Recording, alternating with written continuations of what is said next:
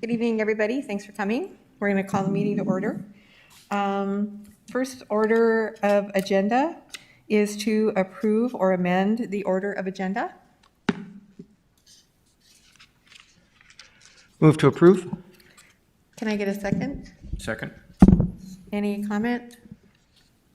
All in favor signify by saying aye. Aye. Aye. Opposed by same sign. Okay. Next is to approve or amend minutes from April 21st. Can I get a motion? Make a motion to approve. Okay. Can I get a second? Second. Any comment? All in favor, please signify by saying aye. Aye. Opposed, same sign. Okay, great, thanks. Okay, so here we are today. The first thing we're going to talk about is we're going to talk again about the neighborhood art grant. And you'll find some, a memorandum in your packet that includes a recommended motion. We talked about this last time, and I want to open it up for discussion again. We talked about this last time. The neighborhood subcommittee is wanting to set aside $10,000 of the Arts and Culture Commission budget to be used specifically for the, oh my goodness, my words ran away. Be used specifically for placing public art on the utility boxes in the neighborhoods throughout Fargo. The cost for each box is about $1,000, and so our goal is to get 10 boxes wrapped by the end of 2022. So the staff is going to be assisting us with setting up a process where the grant monies can be applied for. There will be a couple ways that it will work. One would be to utilize the bid process where they have a catalog of art available for selection, or an entity such as a school or the Plains or a neighborhood organization could come forward, apply for the funds, and then work with an artist on their own to have the art applied onto a utility box. So, sorry, I'm a little short of breath here. I'm going to throw it open for discussion if anybody has questions or comments. Deb, I was just curious how we might go about making sure that we do engage the schools in it so that we don't miss that. You know, sounded like a pretty fantastic opportunity that we discussed last time.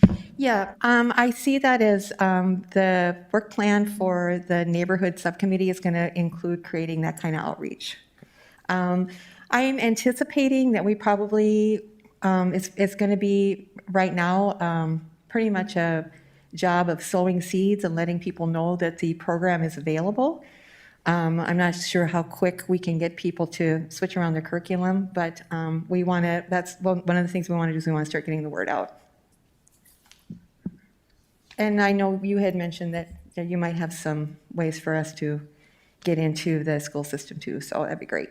We can work together. I think if there's an opportunity there, you know, contacting the administration as soon as we're kind of ready, I think it would be a couple quick conversations and it wouldn't be difficult to do. Great. And if I may, Yes. Chair, add in, just for clarification's sake, and since I appreciate this question, and this is where we like to enter into dialogue a little bit. What is in front of you tonight, just for clarification, is actually as part of the DCP bid TAP program, not necessarily connected with schools and other entities. And so in terms of being able to roll off the shelf and being ready to go, having basically securing communications with our neighborhood associations. We have a neighborhood association that Don Morgan leads, and the idea was literally to kind of bring staff to the neighborhood association, say, hey, we've got this catalog of programs, and really engage with the neighborhood leaders as part of the core neighborhood plan. And then at that point in time, based on the ideas and freedom that the neighborhood association leaders might want, if it's not one of the catalog programs, we can take that project offline, and find a different project, so our funding source for that. But if we think about trying to promote the catalog of art that's already been secured, paying those artists for the art that's been submitted, and being able to roll off a program with very little staff administration, it's really to kind of support a program that DCP and TAP built. So I want to make sure that's distinguished between absolutely connecting the Plains Art Museum, the schools, all of those other elements. I don't want to squash that idea at all, but it's really important on behalf of DCP and TAP. They own that program, and this is to honor and grant money for that program. Yeah. Is this a one-time $10,000 donation, or is this something we'd be looking at supporting on a yearly basis, or? I think that's to be determined. Yeah, I don't know if we know yet. That would be my staff's opinion. And I think, we might have 10 neighborhoods that are like excited to get together and do something, we might not. And it's really just going to depend on, maybe Deb, if you could speak to your point of view of what we didn't want is, a neighborhood, let's just say the Jefferson neighborhood, to say, be really excited about this and then go out and have to start fundraising $1,000. Yep. Yeah, so the idea of the $1,000 for the cost of the art is not unreasonable by any means, but $1,000 for a neighborhood is a big swing, especially for public art. And so we felt this was a way that we could really give this program a boost and really see it come alive in the neighborhoods. So that's kind of where it came from. I mean, I would love to see it continue forever and run out of money every year, but we'll see how it goes. Thank you. So a question I have for Nicole, if that's okay. Can you talk just a little bit about how many neighborhoods does the city actually recognize as neighborhoods? And also how many of those have organized neighborhood leadership? Off the top of my head, there's 30-some neighborhoods. And I would say off the top of my head, an approximate 10 to 12 active associations. This is where we would really rely, we would really rely on our partnership with the neighborhood coalition. And so that is literally what I would do next, is go to the neighborhood coalition. And, they have neighborhoods like Rose Creek. I'm trying to think of some other neighborhoods, but they have active neighborhoods that show and attend those neighborhood coalition meetings. They haven't met at all, I don't believe, in 2020. But, this serves multiple purposes. And one purpose is to ignite and excite neighborhoods instead of just getting together for something that's negative. And so we would really, so what I've done based on the discussion with the chair and vice chair and in getting ready for this motion, if you will, because I want to make sure if you approve this, that we're ready to go. And so what I've done is reach out to TAP and DCP, and I next would be reaching out to our communications team to see, how can we kind of market and advertise this and make people aware of it. And it doesn't necessarily need to be a neighborhood association, but it could be a couple of neighbors on a block to start a neighborhood association. I would be careful not getting too prescriptive is the point I'm trying to make, because it needs to be organic. I'd like to just throw a comment in here, and I think this specific grant addresses like the first question that popped into my mind when this program was created, and the cost of it is, I'd love to have this happen in Horace Mann neighborhood, but we don't have $1,000. Right. And it would be really challenging to do so, and we're a relatively organized group. If you get into a neighborhood that doesn't have an organization, but they'd love to have something wrapped, this is a great way to engage them, to your point. And honestly, that comment about rallying around something that's positive is huge. I mean, we kind of need to have a reason to get together and to communicate with one another. And I feel like this is a great step forward, and it's a great thing for us to do. for that outreach. So I feel like it touches a lot of solutions. And I would add the timing of this, I think, is really great. I've had somebody reach out to me on behalf of one of the organizations, and they're ready to go. So they were just looking if there was an opportunity like this available. So I think hopefully the 10,000 will go pretty quick. Great. Yeah, I would love that. Yeah, thanks for your comments. John? Did you have something? Sorry, John, can you turn your mic on too, please? Thank you. It's green. How many can a neighborhood get? If there's an organized affluent neighborhood like Rose Creek, could they take all 10 of them? I think we'd want to put some light guidance on this, and I think at first discussion point with the chair and vice chair was one per neighborhood, and to start with, and just see where the interest grows. Yeah. And of course, they can buy as many as they want to from bid, you know. Yeah, exactly. In terms of what would be eligible for the $10,000, Yes. one per neighborhood. Yep. Since it is a grant, I would like to see it, they apply for a certain amount of money. Jefferson neighborhood may apply for $1,000 and Rose Creek may apply for $250. Rather than just give the same set amount to each application. Sure. I think maybe What do they need? I can see your point there. And I think one of the easy hits for us was based on the program that's, that DCP and TAP is, $1,000 per wrap. So we're just assuming at this point a neighborhood doesn't have $1,000. Certainly by any means, if a neighborhood only needs $200 or a gap funding, I don't know if it needs to be all that descriptive. We would work with each of the neighborhoods, if you will. We'd be obviously responsible and stewards of the money to be guarded. I guess what I'm saying is let them ask rather than offering them $1,000.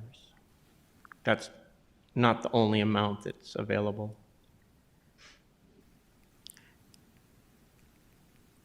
Yeah, I think, what I would ask is, as we get into operations, is, this is a good distinguishing of, we're kind of okay with this or we're not, and then let staff administer the $1,000 in coordination with the neighborhoods would be my request as a staff person. As if we get really, again, prescriptive and put a lot of rules on it, we would look to our communication experts to brand this, if you will, to put flyers out or promote this, and bite-sized knowledge chunks is kind of how we would work. And I think too, the cost will be dependent on what the actual cost is. I mean, the grant amount will be based on what the actual cost is. If they may do something smaller that wouldn't require the entire 1,000 or, yeah, so. And just to clarify, the ask of the commission then is to approve the $10,000, not to approve the how of the 10,000, correct? Yes. And I think going back to our goal, so then we measure against the goal. So when you look in the paragraph, the goal of the grant is to provide dedicate $10,000 to bring forward, again, the goal of 10 new projects. Might be 8, might be 7, it might be 12. We need to, kind of shoot for, how do we know we're successful? Our goal is 10. And then we can report on that quarterly with you. We can give you an update. We can let you know it's going really quick. Yeah. We can let you know it's going slow. Those kinds of informationals. Okay. Yes. So, and just to kind of clarify, since I was a part of the committee that brought this forward, I really see this as like phase one, a step one. I'm very committed and interested in seeing funding grow for partnerships with community organizations, entities, and the schools. And I would like to see the Arts and Culture Commission and the city be moving toward that, recognizing there are additional challenges with administration of an additional program. But, so I'm good with this, and I'd like to see how it plays out and be prepared to look for more asks for funding to grow it so that maybe every neighborhood in the city would have at least something. But ultimately, I'm going to be looking for ways to come back with an ask of some sort to have it be more community-based and more just facilitating that process. Excellent. Is there any other comment, questions? Can I get somebody to make the recommended motion? I'll do that. Okay, I'd like to move to dedicate $10,000 for the creation of a neighborhood art program that would provide funding for neighborhood art projects such as the Public Art Beyond Downtown program. okay, we had one word off. Can we be okay with that? Okay, can I get a second? I'll second it. Okay. Any further discussion? Okay, all those in favor, please signify by aye. Aye. Opposed, same sign. Thank you, guys. On behalf of the Neighborhood Subcommittee, we are very excited about this. Thank you. So I'm going to ask Nicole to stay at the podium because she's going to talk to us about the call for artists grant rounds. This is something that we have done traditionally. We didn't do it in 2020 because the budgets were frozen, so we didn't do one, but we have done a grant round for public art most of the years that the Arts and Culture Commission has been formed. And she's going to talk about how things might be a little bit different this year. We got some new opportunity maybe. So how about that? Yeah, I'm not sure if I have anything new, but yeah, so no, one of the things I wanted to introduce is, first of all, as a staff update, I can't remember if I made this public, if I commented about this publicly last time or if it was after in the meeting. But Megan Alshug's last day with the city of Fargo was May 7th. She has, I'm very sad to say she's left the city of Fargo, but I'm very excited for her that she is going to be the planning director for the city of West Fargo. And so hopefully she'll just take all this excitement for arts and culture and bring it right over to West Fargo. Not that they are, to help promote their excitement. But yeah, so she has left the city of Fargo after 8 years. Maggie Squire's last day is June 4th as she pursues her graduate degree in some element of planning and design. And so she's been with us close to 2 years, and we're very sad to lose her as well, but we're very excited about her continuance of engaging further into the planning profession. With that, I'd also like to introduce Adam Martin. He is a very new staff member, I think on week 2.5. And he comes to us from SDSU, South Dakota State, and Brookings. And we're very excited to have him on board. So I just wanted to take this moment to introduce some staff changes for both for the public and the city. That leads me a little bit into the call for artists. One of my goals this month that I did not get to do was to reach out to the capacity building committee and subcommittee, and that'd be our commission members, Joe Williams, John Offit, and Brad Bachmeyer. And I was about to email you at 4:30, and I thought I'd just present it here today live. And I shouldn't be trying to do stand-up up here. So at any case, what I wanted to do is talk a little bit about, especially since we have so many new members, if you think about it, close to a third to a half of our board are new this year, and to talk a little bit about the way our call for artists has been going to date. Every year, it started probably a year or two of the Arts and Culture Commission, and it's evolved every year as we learn more and adapt based on feedback we get from either best practices from other cities like Minneapolis or St. Paul, or feedback that we get from the artists themselves as they do the application process. And then as staff, as we learn along the way, as we hit bumpy roads along the way as well. And so with that, I think in the June meeting, I would like to present that more in full. And I wanted to kind of introduce some elements to the subcommittee first to get like a little deeper dive, maybe field some questions from them, and then come back at the June meeting with maybe a little further presentation.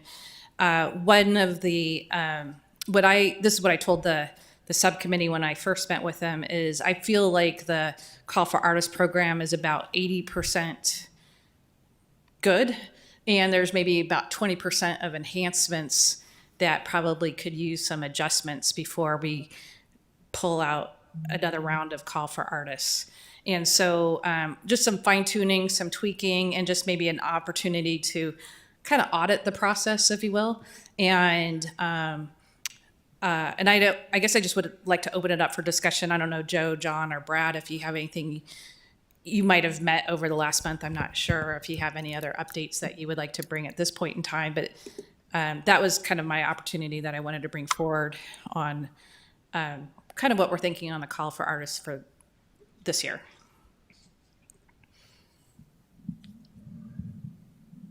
I apologize. I didn't call a subcommittee meeting this month, so I don't have anything for the group. But if John or Brad have something that they want to ask or bring up. And I don't want to put you on the spot. There wasn't an expectation that you were to meet or to talk about this, just up for discussion at this point in time. And so, here to field any questions, and then, we can touch base over the next 2 or 3 weeks, and then maybe have a fuller report in June as we unpack some of those things. But I'm here to answer any questions today if you'd like to explore this topic further today. Not to take time, but I think the discussion a little bit was just sort of specifically about auditing the process, and if perhaps we should be getting a list of artists who have applied before, who have received, and then, asking them, just surveying them about their experience a little bit to try to give you guys a little bit more specific feedback, if you want that. Yeah, and a little bit what we've done evolved over the year. Some of the elements that have changed is making sure there's plenty of time for response.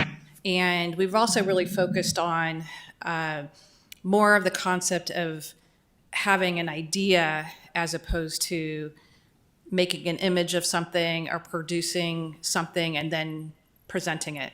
And so the idea was, if the artist in their mind's eye, hey, I have this great idea, I'd like to explore this thing or this concept, and then that way before they go and dive into a lot of work, they might have something shelf ready and want to present also, but the idea is more conceptual based. And one of the things we've done in the past too is some Q&A sessions and some kind of light training sessions. And so, for instance, if you're building or placing something in the public right away, there's permissions and things like that as part of the process, introducing engineering department representatives and maybe city attorneys as it comes to insurance, things like that we've done as part of some Q&A sessions. And so when we look at a process from start to finish, it's maybe a 6-month process for an artist to engage in at some level of understanding. That might be appropriate, might not be. Some years we've done themes, some years we haven't done themes. And so there's a lot of opportunity. The other thing I wanted to express is that we have those for the audience or those that might be watching, and for our newer members, we have a roster, if you will, of selection committee people. And so it's been a couple years since we've done this, so we will want to refresh that. But in the past, what we've done is basically done a call for people who might be interested in being on a selection committee. And so you might get, professors, people in the arts community that want to volunteer, but maybe not volunteer to be on the Arts and Culture Commission itself. And so, and based on that, we have a roster, and members of of that roster are submitted for each round of helping to select the finalists, if you will. And so the idea there is to create a buffer between you, the Arts and Culture Commission, staff, and the political elected official process. And we have, expertise around the table, and each of the artists are invited in and present their idea, and they have some Q&A. We have a metric and a scoring card rubric, and based on that, there's finalists. It's kind of ended up every year where I would say last few years have been, we get maybe 5 to 8 applications, and they range in what I would call completeness, from idea to ready to go. And some artists have applied multiple years, so as they do the Q&A, they go back and maybe work on it a little bit more and then apply again. That was Emily Wheeler's experience. And then by the time she came the second round, she was really ready to go. And we have money ready to spend. And so sometimes an artist might not be ready for that funding year. And so there's some timing relationship to when we actually want to cut the check and have the installation. And we work with a 12-month budget, and it zeroes out every year. So we don't carry over or anything like that. And so coordinating that with an art project timeline-wise, you can imagine, can get a little odd, And so there's those kind of flexes that we've done. We've also supported the canoe parade with Folkways. We've supported ballet performances in Trollwood, I believe. And so there's been all different types of art in the past. Other questions for Nicole? I have a question. If somebody watching wants to volunteer for the selection committee, is there an easy way for them to do that? I think this is where I would depend on Megan. And so what I will do is that we'll leave from this meeting to typically what we do, for our boards and commissions, we do an advertisement, some social media promotions, and announcements. And so we'll go ahead and start getting that set up. And because it's been a couple years, and it has. And probably a good portion of people on that list have already been on a selection committee. And so it'll be time to refresh that as well. Yeah, that would be great. Thank you. So if you're interested, stay tuned. Yes. Okay. Other questions, comments? Okay. I should say one last thing is our budgetary dollars we've had to use in this process have ranged over the years. And we've done everything from, $2,000 to $5,000 grants up to $15,000 grants. And it's just kind of depended on the year and the level work. We've tried 2 rounds. So we've done a spring and a fall round. And honestly, as a staff level, that was just too much. And so I think I made the executive decision, especially in 2020, to do 1 round. And so those are some of the we would like to try to standardize some of these processes. We've had 5 years of trying things out, and it'd be good to audit, get a feel from artists' experiences, and kind of try to standardize some of these processes. a little bit more. So that would be my goal for working with the subcommittee in 2021, and then still getting a call for artists out this year. That'd be great. Okay. Anything else? Okay. Well, we look forward to having a more in-depth discussion next month on this, because it's going to be great fun to get this going and rolling and see some more new public art popping up in Fargo. So it'll be great. Performance, structure, whatever. We want it all. Last thing, I have public comment. Were you interested in commenting? Okay. We do have a 3-minute time limit, so can I get a 3-minute timer? Go ahead and.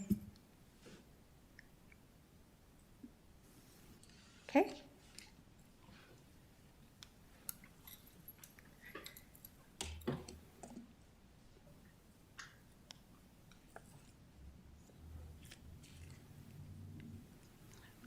By the way, I've asked what the time limit was before, and I haven't received an answer, so now I'm unprepared to only have 3 minutes. So this is kind of the last second Sorry. telling of that. And I think I did ask you specifically by email a couple times. Were you with us last time? I'm sorry, who are you? I'm Christopher Cohn. Sure, yeah, we had 3 minutes last time. Yeah. Well, I wasn't here last time, but in You were on the previous phone months last I've time. asked you by email a couple times. Okay, well, we'll give her a go for 3 minutes. Okay, well, I wasn't prepared to talk about this last subject, but regarding those grants, what I'd like to see that those grants be directed to artists who lack opportunity, because what I saw with the TAP grants is that they keep going to artists who have tremendous opportunity, who can easily hire grant writers. And so they don't need more opportunity. I think we should be directing these grants to our poor, starving artists who don't have much opportunity, new artists who haven't received grants before. So that's on that. Now, what I requested today was to add an agenda item regarding how can this committee respond to the public when we contact you. I asked that to be added as an agenda item, and it was not. Why did I ask that? Because the city commission, when I've sat here, have offered that agenda items could be added. Why? So that all of you or commission members can respond back when we come up here and talk. Then when we sit down, you can respond on the same topic. So it was just an offer that you guys be able to respond. But somebody didn't want you to be able to respond. Okay. But what the problem I had with all of you in the past several months is when it came up to the water tower issue, I contacted each one of you, with the exception of one who I couldn't reach, to ask you simple questions regarding the water tower issue. Approximately half of you did not respond at all. And I asked why. Why couldn't you simply respond if you didn't want to answer the question, which was, did you like the design that you voted for? You could have said, I'm sorry, I can't answer that question. And you could have said the reason why, or you could have said, I'm sorry, and I can't really respond regarding the reason. But that would have been simple courtesy. Okay, my belief is that if you serve on this committee, you do so for the service of the people of Fargo. There's no other reason to be up here. And in fact, that's my belief regarding this entire city government, is that it's for buy-in of the people. And what we have too much of in this city government is a culture of secrecy. And it's also in this planning department. I do not believe that you serve the planning department. You serve us, the people of Fargo. So please, when we contact you, please respond, and please respond courteously. I did say at the beginning I didn't like the water design. It doesn't matter whether I like it or not. If I didn't like it, you guys didn't like me not liking it. It doesn't matter. I ended up actually liking a little bit more later on. Also, you could get email addresses for each one of you. The city told me they're Thank not you. required to give you email Mr. Cohen, addresses. I'm afraid I'm going Legally. to have to ask you But to. they don't have to be legally required to do it. You can still request to get email addresses. Mr. Cohen, please. We can talk through that. When it ends, then I can stop Can we talking. cut the, can we You've cut the mic? limited me from talking in many ways. So, Mr. Cohen, if I can address some of your questions, I don't know if that will help here tonight. We do have, I think we're, I'll ask the chair for, we're out of agenda items, and so if we want to use this time to discuss a little bit about communication processes on behalf of the city of Fargo, there has been discussion with Mr. Cohen, I believe, about this item. And I know I know several commission members, not only this board, but other boards have asked for personal email addresses or City of Fargo email addresses. And that's just simply not a policy or a process that our City of Fargo has. And so at this point, I'd probably refer you to our city attorney and our city administration about the communication protocols related to what the board members as volunteers have been provided to do so. No board, we have over 13, 15, 20 boards and commissions. No boards have individual City of Fargo email addresses. Only the mayor and the city commission does. I will have you ask that question to the mayor himself and the city administrator. Yeah, and we can't help you. So if, I think the public comment process, just like it applies to the city commission, the topics are to be related to the agenda itself and are supposed to be related to the topic at hand. And this board is directed to address public art in the public realm, and that's pretty much it on this board's authority. And so I'm sure they all care deeply about your issues. They're wonderful volunteers, and that's about all we can offer at this point in time. Thank you, Nicole. In terms of the water tower project, since Mr. Cohen did bring it up, maybe just as an update for the board and commission, the city commission did approve that final design. It has been, the bid documents have been approved and the funding has been approved. And so as far as the staff knows, the project's out for construction. And we'll be informed, I think it's about a 2 or 3 year construction process. That's about all we know as staff on the status of that project.